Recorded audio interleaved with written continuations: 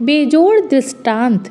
उद्धव ने श्री कृष्ण से पूछा, जब द्रौपदी लगभग अपना शील खो रही थी तब आपने उसे वस्त्र प्रदान कर लाज बचाने का दावा किया। उसे एक दुष्ट आदमी घसीटकर भरी सभा में लाता है और इतने सारे लोगों के सामने निवस्त्र करना चाहता है। ऐसे में एक महिला का शील क्या बचा? आपने क्या बचाया? अगर आपने संकट के समय में अपनों की मदद नहीं की तो आपको आपद बांधव कैसे कहा जा सकता है? बताइए, आपने संकट के समय मदद नहीं की तो क्या फ़ायदा? क्या यही धर्म है? इन प्रश्नों को पूछते पूछते उद्धव का गला रुंध गया और उनकी आंखों से आंसू बहने लगे। यह अकेले उद्धव के प्रश्न नहीं हैं। महाभारत पढ़ते समय हर एक के मनोमस्तिष्क में ये सवाल उठते हैं। उद्धव ने हम लोगों की ओर से ही श्री कृष्ण से उक्त प्रश्न किए।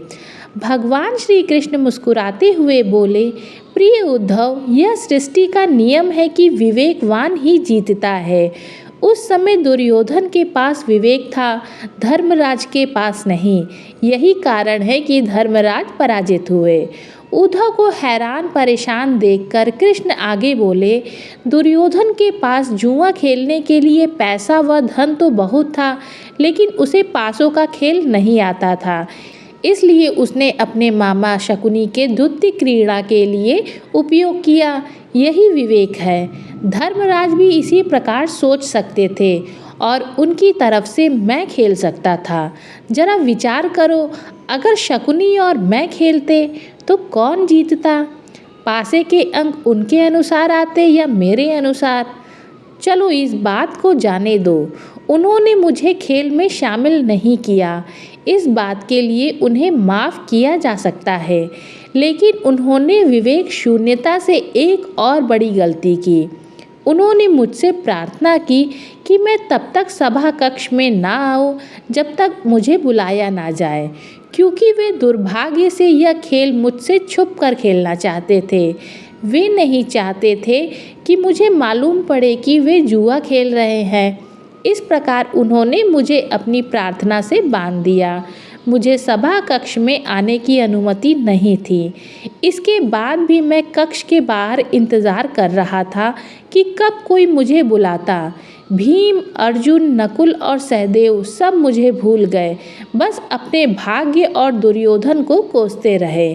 अपने भाई के आदेश पर जब दुशासन द्रौपदी को बाल पकड़कर घसीटता हुआ सभा कक्ष में लाया, द्रौपदी अपनी सामर्थ्य के अनुसार जूझती रही। तब भी उसने मुझे नहीं पुकारा। उसकी बुद्धि तब जागृत हुई जब दुशासन ने उसे निवृत्त करना प्रारंभ किया। जब उसने स्वयं पर निर्भरता छोड़कर हरि हरि अभयम, कृष्णा अभयम की गुहार लगाई, तब मुझे उसके शील की रक्षा का अवसर मिला। जैसे ही मुझे पुकारा गया, मैं अविलंब पहुंच गया। अब इस स्थिति में मेरी गलती बताओ। उद्धव बोले, कान्हा, आपका स्पष्टीकरण प्रभावशाली अवश्य है, किंतु मुझे पूर्ण संतुष्टि नहीं हुई। क्या मैं एक और प्रश्न पूछ सकता हूँ? कृष्ण की अनुमति से उद्धव ने पूछा। इसका अर्थ यह हुआ कि आप तभी जाओगे जब आपको बुलाया जाएगा? क्या संकट से घिरे अपने भक्त की मदद करने आप स्वतः नहीं आओगे? कृष्ण मुस्कुराए। उद्धव, इस सृष्टि में हर एक का जीवन उसके स्वयं के कर्म फल के आधार पर संचालित होता है। ना तो मैं इसे चलाता हूँ और ना ही इसमें कोई हस्तक्षेप करता हूँ। मैं केवल एक साक्षी हूँ। मैं सदैव तुम्हारे नज़दीक रहकर जो हो रहा है उसे देखता हूँ। यही ईश्वर का धर्म है। वाह वाह, बहुत अच्छा कृष्ण।